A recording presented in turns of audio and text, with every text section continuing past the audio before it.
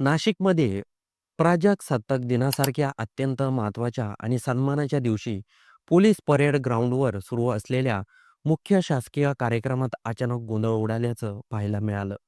ही घटना घडली आहे तेव्हा राज्याचे ग्रामविकास मंत्री गिरीश महाजन हे ध्वजारोहणानंतर उपस्थितांना संबोधित करत होते. त्यांचं भाषण सुरू असतानाच अचानक प्रेक्षकांमधून एक महिला उभी राहिली आणि मोठ्या आवाजात प्रश्न विचारू लागली. डॉक्टर बाबासाहेब आंबेडकरांचं नाव का घेतलं नाही? या अनपेक्षित प्रकारामुळे संपूर्ण मैदानात काही काळ गोंधळाचं वातावरण निर्माण झालं. ही महिला म्हणजे माधुरी जाधव महाराष्ट्र शासनाच्या वन विभागातील महिला कर्मचारी असल्याचं समोर आलं आहे. कार्यक्रम सुरू असतानाच माधुरी जाधव आपल्या जागेवरून उठल्या, थेट मैदानाच्या दिशेने धावल्या आणि मंत्री गिरीश महाजन यांच्या भाषणात अडथळा आणण्यात निषेध नोंदवू लागल्या. त्यांचा आरोप असा होता की गिरीश महाजन यांनी आपल्या भाषणात भारतीय संविधानाचे शिल्पकार भारतरत्न डॉक्टर बाबासाहेब आंबेडकर यांचा उल्लेख केला नाही आणि ही बाब अत्यंत चुकीची आहे. हा प्रकार इतक्या अचानक घडला की काही क्षण प्रशासन आणि पोलिसांची तारांबळ उडाली. प्रजासत्ताक दिनाचा अधिकृत शासकीय सोहळा असल्यामुळे सुरक्षा व्यवस्था कडक होती. तिथे तैनात असलेल्या महिला पोलीस कर्मचाऱ्यांनी तात्काळ हस्तक्षेप केला आणि संबंधित महिला कर्मचाऱ्याला ताब्यात घेतलं. या घटनेमुळे काही काळ कार्यक्रमात व्यत्यय आला, मात्र उपस्थिती नियंत्रणात आणण्यात आली.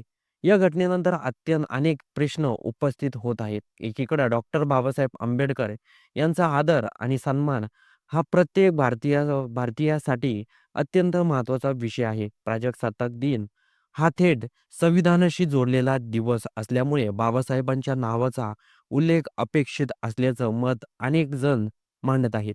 मात्र दुसरीकडे ही घटना घडवणारी व्यक्ती सरकारी कर्मचारी असून अधिकृत शासकीय कार्यक्रमात शिष्टाचाराचा भंग केल्याचा आरोप तिच्यावर होत आहे. एका जबाबदार पदावर कार्यरत असलेल्या अधिकाऱ्यांनी अशा पद्धतीनं भर कार्यक्रमात हस्तक्षेप करणं योग्य होतं का? हा प्रश्नही उपस्थित केला जात आहे.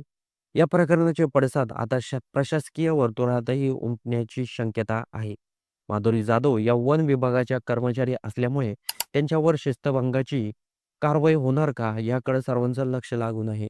नियमानुसार शासकीय कार्यक्रमात शिस्तभंग, सार्वजनिक गोंधळ निर्माण करणं, वरिष्ठांच्या भाषणात अडथळा आणणं हे गंभीर स्वरूपाचे मानलं जातं. माधुरी जाधव यांनी स्पष्ट शब्दात सांगितलं, मला सस्पेंड केलं तरी चालेल, पण बाबासाहेब आंबेडकरांचं नाव मंत्र्यांनी का घेतलं नाही ते जाणून बुजून बाबासाहेब आंबेडकर यांचं नाव पुसायचा प्रयत्न करत आहेत, असा दावा माधुरी जाधव यांनी केला. त्याचबरोबर त्यांनी हेही स्पष्ट केलं, की मी कुठल्याही कारवाईला घाबरत नाही. मी बाबासाहेब आंबेडकरांचा अपमान सहन करणार नाही. बाबासाहेब आंबेडकरांमुळे सर्व अधिकारी आहेत, मंत्री आहेत. त्यांनी जे संविधान लिहिलं आहे, त्यामुळे आपण सर्वजण आहोत, असं त्यांनी आपलं मत व्यक्त केलं आहे. काही संघटना, काही सामाजिक कार्यकर्ते या महिलेने बाबासाहेबांच्या सन्मानासाठी आवाज उठवला असं म्हणत तिच्या समर्थनात उतरले आहेत. तर काही जण हा प्रकार प्रजासत्ताक दिनाच्या कार्यक्रमाची प्रतिष्ठा कमी करणारा असल्याचं म्हणत टीका करत आहेत.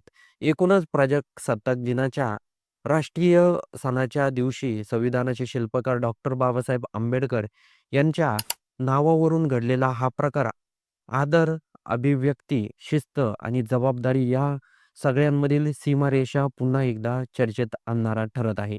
आता या प्रकरणात प्रशासन काय निर्णय घेतं? संबंधित महिला कर्मचाऱ्यावर कारवाई होते का? मंत्री गिरीश महाजन यांनी देखील आपलं मत व्यक्त केलं आहे. त्यांनी म्हटलं आहे, की माझ्याकडून चुकून नाव घ्यायचं राहिलं. मी मुद्दाम काही केलं नाही, असं स्पष्टीकरण मंत्री गिरीश महाजन यांनी दिलं आहे. तर या संपूर्ण घडामोडीबद्दल आपलं काही मत असेल तर ते कमेंट बॉक्समध्ये नक्की नोंदवा.